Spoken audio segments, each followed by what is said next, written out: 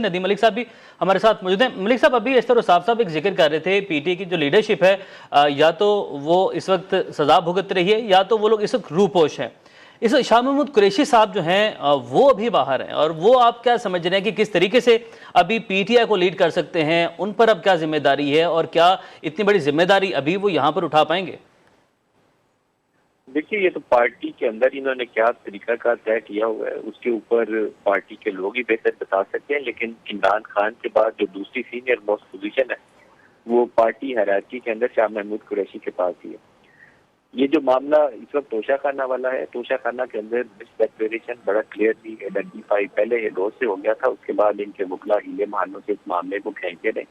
And result उसका ये आना था कि आपने फॉल्स डिक्लेरेशन दी है, जो चीजें आपको ड्यू डेट के अंदर डिक्लेयर करनी थी आपने डिक्लेयर नहीं की। लेकिन इनके मुखला वहां दलीलें लेते रहे कि हमने टैक्स रिटर्न के अंदर ये तफसीलात दे दी हैं। हालांकि इलेक्शन एक्ट जिसके तहत एक सजा दी गई है उसके अंदर बड़ा वाज़ेह तौर पर लिखा गया है कि आपने एसेट की डिक्लेरेशन जो है वो इलेक्शन कमीशन ऑफ पाकिस्तान को भी देनी। पार्टी क्या करेगी ये एक अभी सवालिया निशान है। पार्टी के बहुत से लोग जो हैं वो केपी में देखे हैं तो जो इनकी मेन पार्टी है तकरीबन वो मुकम्मल तौर पर परवेज खटक के नीचे अलहदा एक ग्रुप इख्तियार कर चुकी है। उन्होंने नाम भी अपना पीटीआई पार्लियामेंटेरियन रखी है। पंजाब के अंदर इनके बहुत सारे जो एमएनएज और एमपीएज हैं वो इस्तेहकाम पाकिस्तान पार्टी के परचम तले जमा हो चुके हैं। तो पार्टी तो उस सूरत में अब बरकरार नहीं है।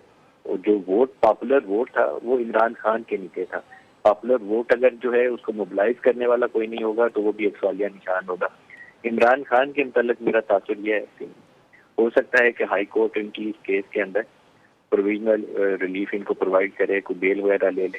लेकिन अगर वो हो भी जाती है प्रोविजनल बेल तो क्या ये छूट कर रिहा होकर बाहर आ जाएंगे या किसी और मुकदमे में पकड़े जाएंगे? मेरा तो ख्याल ये है कि जो इनके ऊपर 150 पौने 200 के करीब फरियाद काटी गई हैं, अगर इस केस में हाई कोर्ट से इनको रिलीफ मिलता भी है, प्रोविजनल रिलीफ होगा क्योंकि ये केस अभी चलेगा आगे।